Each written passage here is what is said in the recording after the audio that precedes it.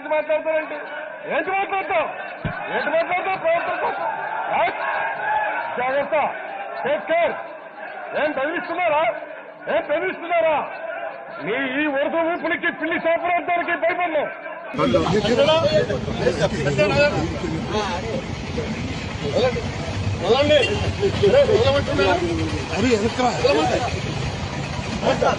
అందరు నమస్కారం అండి. గొడ్డలపాటి మాజీ స్పీకరు తమ్మినేని సీతారాము, అలాగే తన కొడుకు చిరంజీవి, తన భార్య, వీళ్ళు ముగ్గురు ఇంటికి తాళం వేసుకొని పరారీలో ఉన్న సంగతి అందరికి తెలిసిందే. ఒక వ్యక్తి దగ్గర 9 సెంట్లు భూమి ఉంది అని తెలుసుకొని దాన్ని ఎలాగన్నా కొట్టేయాలని ఒక దురుద్దేశంతో ఆ వ్యక్తి చనిపోయాడు అని ఒక డెత్ సర్టిఫికేట్ క్రియేట్ చేసి అతనికి ఒక వారసురాలను కూడా క్రియేట్ చేశారు. ఒరిస్సా నుంచి ఒక మహిళను తీసుకొచ్చారు. ఇదిగో ఇతనికి వారసురాలు ఈ మహిళ అని చెప్పి ఆ 9 సెంట్లు భూమిని ఆ మహిళకి రాయడం జరిగింది. ఆ మహిళ దగ్గర నుంచి వీళ్ళ పేర్లకి రాపించుకున్నారు. ఈ సంగతి తెలుసుకున్న భూ యజమాని ఎవరైతే ఉన్నారో అతను పోలీస్ స్టేషన్కి వెళ్ళి కంప్లైంట్ ఇవ్వడం జరిగింది. పోలీసులు ఎంక్వైరీ చేస్తే చాలా మంది ఇన్వాల్వ్ అయ్యారు దీంట్లో అని తెలుసుకొని అందరిని కూడా అరెస్ట్ చేయడం జరిగింది. ఇంకా 3 మిగిలారు. ఆ 3 సీతారాము, అలాగే తన కొడుకు చిరంజీవి, అలాగే తన భార్య, వీళ్ళు 3 పెండింగ్ లో ఉన్నారు. మిగతా వాళ్ళందరినీ కూడా అరెస్ట్ చేశారు. వీళ్ళని అరెస్ట్ చేద్దామని పోలీసులు ఇంటికి వెళితే ఇంటికి తాళం వేసి ఉన్నారు. ఎక్కడికి వెళ్ళారని ఎంక్వైరీ చేస్తే ఎవరికి ఏమీ తెలియదు. ఫోన్ చేస్తే స్విచ్ ఆఫ్ చేసుకుని పెట్టుకున్నారు. బట్ వాళ్ళు ఎక్కడున్నారో కూడా ఎవరికి తెలియదు. అంటే ఈ అందరిని అరెస్ట్ చేశారు, మమ్మల్ని కూడా అరెస్ట్ చేయబోతారు అని తెలుసుకున్న స్పీకర్ ఎవరైతే ఉన్నారో తమ్మినేని సీతారాము, వాళ్ళందరూ కూడా పరారీలో ఉన్నారు. మరి ఆయన మన రాష్ట్రంలో ఉన్నాడా, లేకుంటే వేరే రాష్ట్రానికి పారిపోయాడా, లేకుంటే ఒరిస్సా పారిపోయాడా, కర్ణాటక పారిపోయాడా అనేది ఇంతవరకు తెలియలా. పోలీసులు మాత్రం వాళ్ళు ఎక్కడున్నారు అనేది ఎతుకుతున్నారు. అంటే ఎంత దుర్మార్గం అంటే ఒక వ్యక్తి చనిపోయాడని ఒక డెత్ సర్టిఫికేట్ క్రియేట్ చేయడం అనేది చాలా తప్పు. అసలు చాలా పెద్ద నేరం, అది చాలా పెద్ద నేరం. దీని మీద కోర్టుకి వెళ్ళారండో, కోర్టుకి వెళితే ఆ కోర్టు ముట్టికాయలు వేసింది. ఇవన్నీ కుదరవు, ఈ పప్పులేం ఉడకవు, ఎంక్వైరీలో ఉంది, దర్యాప్తులో ఉంది ఈ కేసు, ఇలాంటి టైంలో మిమ్మల్ని మేము ప్రొటెక్ట్ చేయలేము, కాబట్టి ఎక్కడున్నా సరే వచ్చి పోలీసులు ఎదుట లొంగిపోమ్మని చెప్పేసి కోర్టు కూడా ముట్టికాయలు వేసింది. అయినా సరే కోర్టుకు కూడా మర్యాద ఇవ్వకుండా ఈ రోజుకి అతను ఎక్కడున్న సంగతి ఎవరికి తెలియదు. బట్ వాళ్ళ నాయకుడికి తెలుసు అనుకో, వాళ్ళ నాయకులందరికీ తెలుసు, జగన్మోహన్ రెడ్డి తెలుసు, అది వేరే విషయం. జగన్మోహన్ రెడ్డి చెప్పుంటాడు, నువ్వు ఇక్కడే ఉంటే బాబు నిన్ను అరెస్ట్ చేస్తారు అన్న, నువ్వు పలానా దగ్గర వెళ్ళిపో, లేకపోతే బెంగళూరులో మన ప్యాలెస్ ఉంది కదా అక్కడ వెళ్ళి కూర్చో, అక్కడైతే ఎవరు రారు, మన ఇంటికి తెలుసు కదా మన ఇల్లు సంగతి, ఎవరు రారు, నువ్వు సేఫ్ అందరూ, తర్వాత బెయిల్ కోసం మనం అప్లై చేద్దాము, బెయిల్ వచ్చిన తర్వాత నిదానంగా వద్దులు అని చెప్పేసి జగన్మోహన్ రెడ్డి సూచన మేరకే ఆయన ఎల్లుంటారని అందరూ భావిస్తున్నారు. ఖచ్చితంగా అదే జరుగు ఉంటుంది. అంటే నా ఉద్దేశం ఏంటంటే ఇప్పుడు ఏంటంటే తప్పు చేసిన వ్యక్తిని వెనకేసుకు రావడం ఎంతవరకు కరెక్ట్ నాకు అర్థం కాల. ఈ ప్రతిదానికి ముందుకు వస్తారు ఈ గొడ్డల పార్టీలో ఉన్న నాయకులు. అంబటి రాంబాబు గారు అయితేమి, పేరు నాని అయితేమి, లేకుంటే పేటీఎం బ్యాచ్లో అడ్వకేట్ రజనీ అయితేమి, లేకుంటే యాంకర్ శ్యాములు అయితేమి, అందరూ ప్రెస్ మీట్లు పెట్టి ఆ కూటమి నాయకులు అక్కడ అది దోసేసుకున్నారు, ఇది దోసేసుకున్నారు, ఆ భూమిని కబ్జా చేశారని చెప్పేసి ఆధారాలు లేకుండా ఆరోపణలు చేస్తుంటారు. కానీ తమ్మినేని సీతారాము అనే వ్యక్తి ఆధారాలతో అడ్డంగా దొరికితే దాని మీద ఎవరైనా స్పందిస్తారు అనుకుంటే ఒక్కరు కూడా స్పందించలేదండి. ఒక్కరు కూడా స్పందించలా. ప్రతిదానికి నేనున్నా పుడింగాలని చెప్పేసి అంబటి రాంబాబు పేరు నాని వస్తాడు, రోజు ప్రెస్ మీట్లు పెడతారు. ఆ సీతారాం గురించి ఏమన్నా మాట్లాడతారనుకుంటే అసలు మాట్లాడటంలా.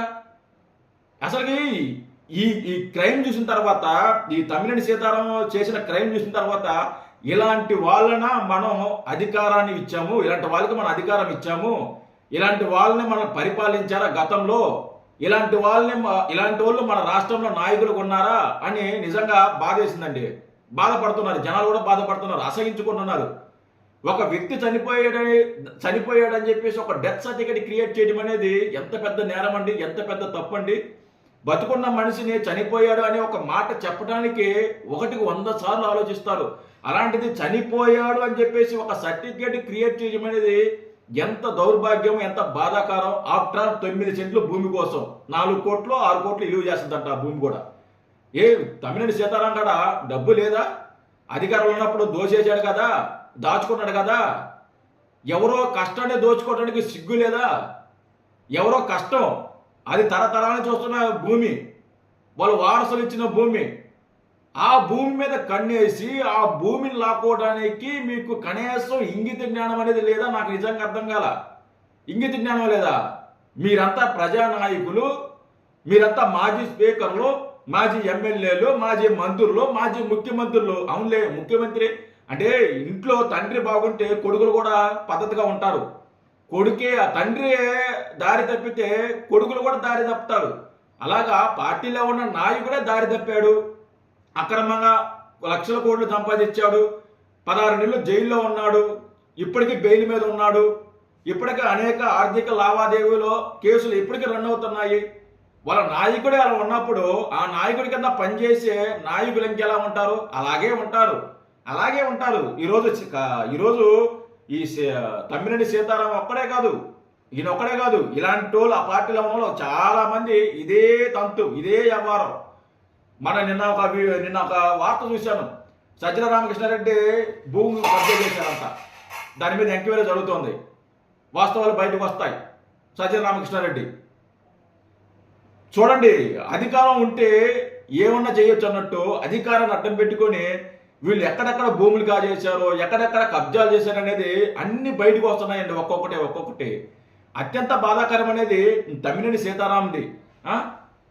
ఒక వ్యక్తి చనిపోయాడని చెప్పేసి దొంగ సర్టిఫికేట్ క్రియేట్ చేస్తే వాళ్ళ కుటుంబ సభ్యులు ఎంత బాధపడతారు. భూమి పోయినందుకు కూడా బాధపడరు నాకు తెలిసి. పోయిందని అనుకుంటారు, అంతేగాని బతుకున్న మనిషిని చంపేశారంటే వాళ్ళ కుటుంబ సభ్యులు ఎంత బాధపడతారు. కొట్టేశారంటే ఈయన పేరు మీద రాపించుకున్నారంటే సరే, దానికి ఓకే, సరే పోనీలు అనుకోవచ్చు, సరే వీళ్ళు కకృతి పడ్డారని చెప్పేసి. అతనికి వారసురాలని చెప్పేసి ఎక్కడ ఒరిస్సా నుంచి ఒక అమ్మాయిని తీసుకొచ్చి, మహిళ వాటెవర్ ఒక మహిళ తీసుకొచ్చి అతనికి ఈవిడే వారసురాలని చెప్పేసి ఈ ఆవిడ మీదకి ఈ ఆస్తిని రాపిచ్చి ఈ ఆవిడ దగ్గర నుంచి వీళ్ళ పేర్ల మీదకి రాపించుకున్నారు. ఎంత దుర్మార్గం అండి ఇది, ఎంత దౌర్భాగ్యం అండి ఇది. ఇలాంటి వాళ్ళకి మనం ఓట్లు వేస్తామా? ఇలాంటి దరిద్రుల్ని మనం ఎంకరేజ్ చేస్తామా? ఇలాంటి వెధవలకి మనం అధికారాన్ని చేతిలో పెడతామా? ఒకసారి ఆలోచించుకోండి. ఇది ఎంత పెద్ద క్రైమ్ అనేది ఒకసారి ఆలోచించుకోండి. చాలా తక్కువ అసలు ఇది. అంటే నేను గత 2-3 రోజులు చూస్తున్నా. దీని గురించి గొడ్డల పార్టీ వాళ్ళ నాయకులు మాట్లాడతారేమో అనుకుంటే ఒక్కరు కూడా మాట్లాడటం లేదండి, ఒక్కరు కూడా స్పందించడం లేదండి. అసలుకి ప్రతిరోజు ప్రెస్ మీట్లు పెట్టి కూటమి ప్రభుత్వం అది చేస్తుంది, కూటమి ప్రభుత్వం ఇది చేస్తుందని చెప్పి ఆధారాలు లేకుండా ఆరోపణలు చేస్తుంటారు. మరి ఆధారాలతో ఉన్న వాళ్ళ మా గురించి ఎందుకు మాట్లాడారంటే మాట్లాడరు, ఎందుకంటే వాళ్ళ నాయకులు కాబట్టి. వాళ్ళ నాయకులు ఏమి అడ్డమైన పనులను చేయొచ్చు, అడ్డమైన వ్యవహారాలను చేయొచ్చు, అడ్డమైన అంటే భూదందాలు ఏమన్నా చేయొచ్చు, కిడ్నాపులు చేయొచ్చు, రేపులు చేయొచ్చు, ఏమన్నా చేయొచ్చు. వాళ్ళ గురించి మాట్లాడరు. వాళ్ళ మీద యాక్షన్ తీసుకుంటే, వాళ్ళ మీద కేసులు పెడితే ఏది కక్షపూరితంగా చేస్తున్నారు. ఏది కక్షపూరితం అండి? నాకు అర్థం కాదు. ఒక మనిషి చనిపోయాడు అని ఒక దొంగ సర్టిఫికేట్, డెత్ సర్టిఫికేట్ క్రియేట్ చేయడం కక్షపూరితమా? అది మామూలు తప్పది. సో వస్తారు, ఎన్ని రోజులు దాక్కుంటారు? 4 రోజులు 5 రోజులు దొరుకుతారు, ఎక్కడొక్కటి దొరుకుతారు కదా. వీళ్ళు ఫోన్లు స్విచ్ ఆఫ్ చేసుకుని ఆ ఫోన్లు కూడా వీళ్ళు దగ్గర లేవు, ఎందుకంటే పోలీసులు ట్రాక్ చేస్తారనే ఉద్దేశంతో కొత్త ఫోన్లు వాడుతూ ఈ ఫోన్లు మరి ఎక్కడ పెట్టారో తెలియదు, ఎక్కడ ఉన్నాయో కూడా తెలియదు. కొత్త ఫోన్లు నెంబర్లు పెట్టుకున్నారు. ఎప్పటికప్పుడు వాళ్ళ లీగల్ టీంతో ఇంటరాక్ట్ అవుతూనే ఉన్నారు. దొరుకుతారు, కష్టాలు దొరుకుతారు, బొక్కలు వేస్తారు. మీ దరిద్రం ఏంటంటే తమ్మినేని సీతారాము అరెస్ట్ అయితే సరే ఓకే, వాళ్ళ భార్య కూడా మళ్ళీ ఆవిడే చేసింది పాపం, అనవసరంగా ఆవిడ ఇరికిస్తున్నారు. వీళ్ళ దరిద్రాలు ఎంత ఇంతే ఉంటుంది. వీళ్ళు తప్పు చేస్తారు, ఇంత వాళ్ళ వరకే ఉండదు. ఇది వాళ్ళ ఇంట్లో ఉన్న మహిళలను కూడా తీసుకొస్తారు వీళ్ళు. గతంలో పేరినాడు కూడా అంతే. వాళ్ళ భార్య మీద పాపం ఆవిడకి అన్యం పుణ్యం తెలియదు, అసలు రాజకీయం అంటే తెలియదు, అసలు ఏం తెలియదు. పాపం ఆవిడ ఇరికిచ్చారు. అంటే ఈ ఆస్తులన్నీ కూడా వాళ్ళ పేరు మీద రాస్తారు. రేపు అరెస్ట్ చేసి కేసులు పెడితే వీళ్ళని అరెస్ట్ చేయాల్సి వస్తే చంద్రబాబు నాయుడు గారు మహిళల జోలికి వెళ్ళాలని చెప్పి ఒక ఉద్దేశంతో ఇంట్లో ఉన్న మహిళలు కూడా రాజకీయాలు లాగుతారు. వీళ్ళు సిగ్గులోని ఎదవలో దొరుకుతారు.